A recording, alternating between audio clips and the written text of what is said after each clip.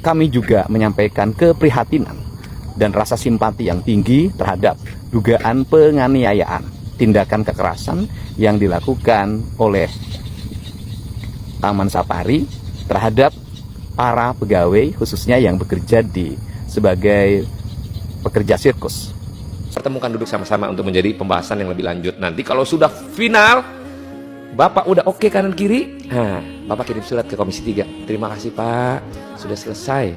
Nah, kita senang dengar ya. Oke teman-teman, ini kasus Oci ya, yang terus menjadi berita yang viral, di mana penganiayaan, penindasan, penyiksaan terhadap ex pemain sirkus Oci ini menuai banyak kritikan dari berbagai pihak. Nah, namun ada sesuatu yang aneh di sini. Ketika para pejabat lain, termasuk gubernur kita, Kang Deddy Mulyadi, menyampaikan rasa simpati yang begitu dalam, menyampaikan rasa kesedihan yang begitu mendalam terhadap kasus Oci ini.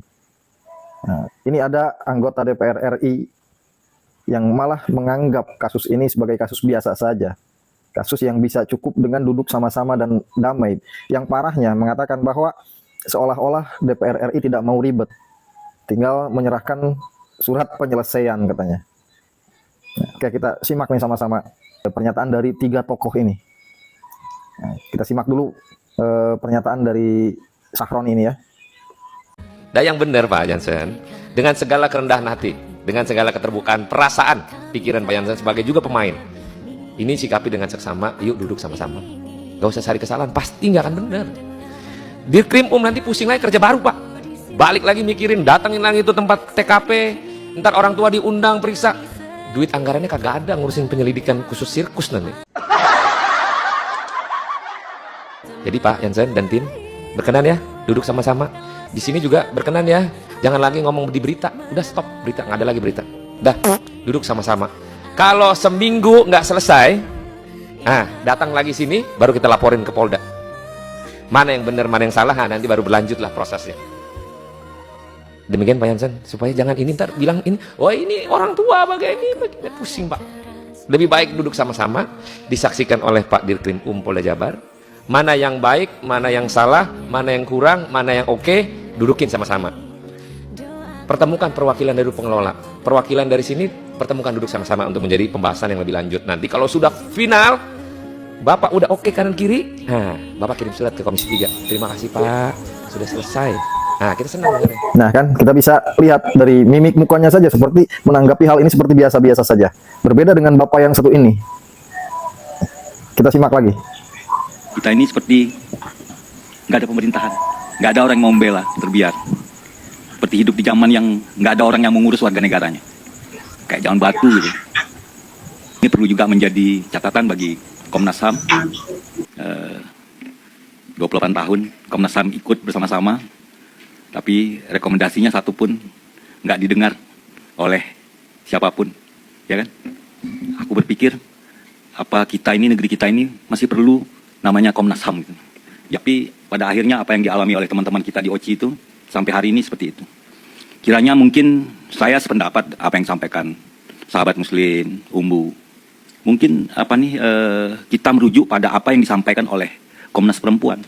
Kita membawa kembali kasus ini ke dalam jalur hukum dengan rekomendasi yang kuat, dengan cara kita Komnas HAM mungkin menjadi motor, membentuk tim pencari fakta kembali untuk apa? Kita membuat kesimpulannya hari ini seperti itu.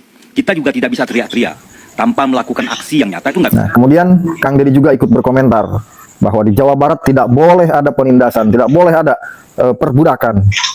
Oke, kita simak pernyataan dari Gubernur kita, Kang Deddy Mulyadi. Kami juga menyampaikan keprihatinan dan rasa simpati yang tinggi terhadap dugaan penganiayaan, tindakan kekerasan yang dilakukan oleh Taman Safari terhadap para pegawai, khususnya yang bekerja sebagai pekerja sirkus.